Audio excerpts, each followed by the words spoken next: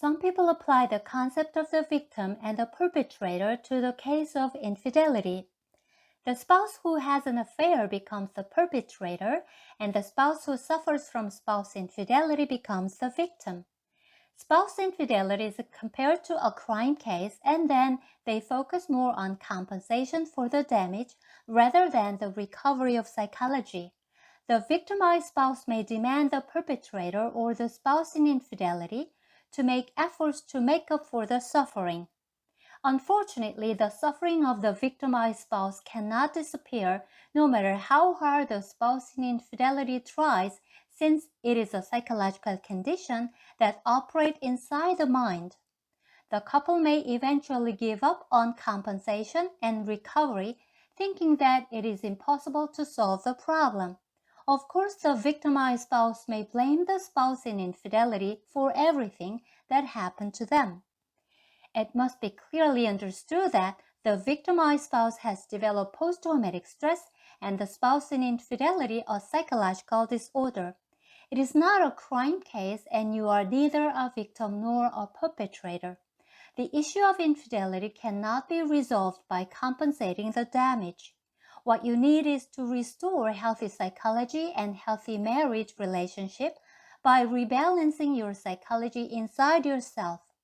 Each spouse must make efforts to restore their own psychology to become happy again, whether they decide to stay together or to get a divorce.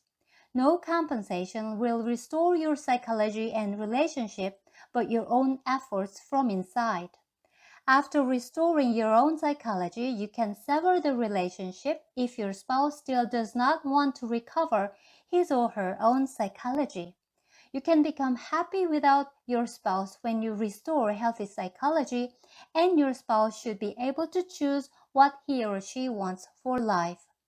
When practical problems occur, such as financial damage, you must minimize the damage and protect what you have. Again, the concept of compensation does not apply, but the concept of protection does. When violence occurs in the process of recovery, the victim must be separated from the perpetrator immediately. Financial loss and incidents of violence may be corrected after both spouses restore psychology.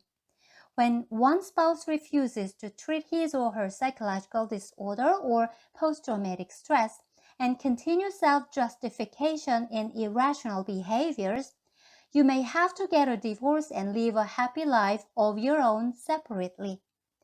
It is important to focus on your own treatment until you restore healthy psychology, no matter what happens around you. Then you may find one day that your spouse shows consideration to you, starts psychology treatment, and truly makes efforts to recover marriage relationship and family happiness. It indicates that your spouse realizes that you have transformed to a healthy and happy person.